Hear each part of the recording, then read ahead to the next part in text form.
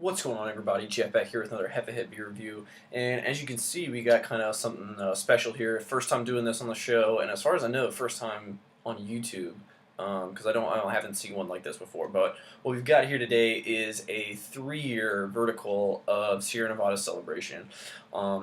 Anyone who goes on to Beer Advocate, I'm sure it's on Rate Beer, Reddit, other craft beer groups online, but everyone always comes out and they're like, it tastes less hoppy this year. Oh, it's got an interesting spice note. I bet this beer would age well. This beer will age well. So I'm trying to put that to the test tonight and figure out if it is. So we've got a 2010, the last year they made Bombers, 2011, and a 2012 right here. So this is the freshest one. I just got a 12 pack, and I'm really excited for this one. So I'm gonna start with 2012 and then go backwards and see how this one stack and see how the other two stack up to the fresh one. So I'm ready to go ahead and get into it.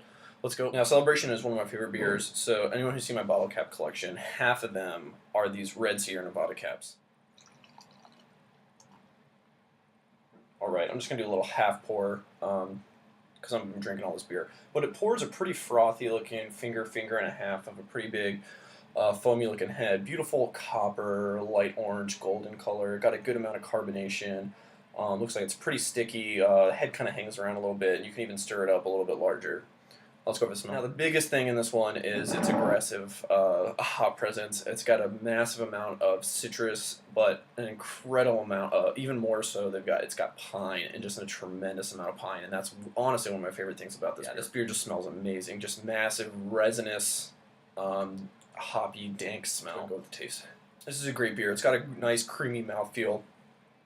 It's got a nice hop bitterness up front, but it's got some good flavor too, kind of like a sweeter citrusy flavor. And then at the end, you're left with this massive, like I said before, resinous in the smell, but it's resiny, piney, and it just kind of lingers on the tongue. But it's not like super annoying and bitter like I thought the Hoptimum was, or the Bigfoot even. It's got a good flavor that I really like. It's just really smooth and incredibly easy to drink. So if you're gonna get this beer now, I recommend getting at least a 12 pack. And it's incredibly cheap too. You can get it for like probably 13 to 16 bucks, somewhere in there. 13 on the low end. Yeah. Okay, I need to stop drinking that because that is just, it's so good. I love it. Like, if I were to rank that right now, I would give it an A easily. But let's see how it stacks up against the aged versions.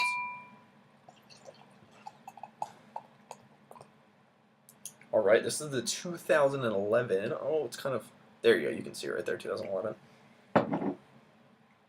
Same exact pour, got a nice frothy looking head, big and sticky, nice golden, orange, kind of copper color, good amount of carbonation, pretty hazy looking, a little bit of floaties. Okay, now there's obviously, with the hop, the hop aromas are gonna fade in this one, but it's actually the what is here smells extremely caramely. Yeah, kind of like a barley wine actually, which I know people say it makes me kind of annoyed. It makes me kind of annoyed when people are like, "Oh, IPAs just turn into barley wines over time." But honestly, that is what this smells like. Like a German Doppelbock, kind of like just super caramely and sweet. Right, well, I'm interested. I've never done this before, but let's go give this one a try. Not bad.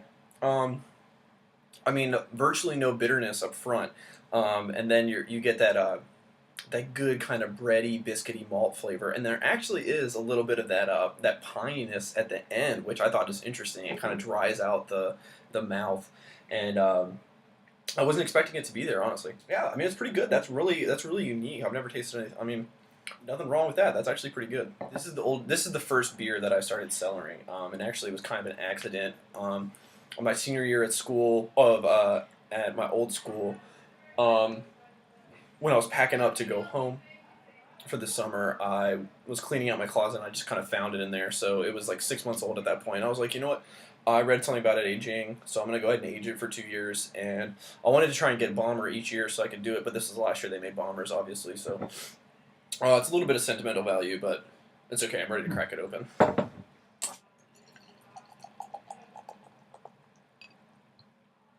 Big, massive head. Super hazy, orange color, looks exactly the same, no difference.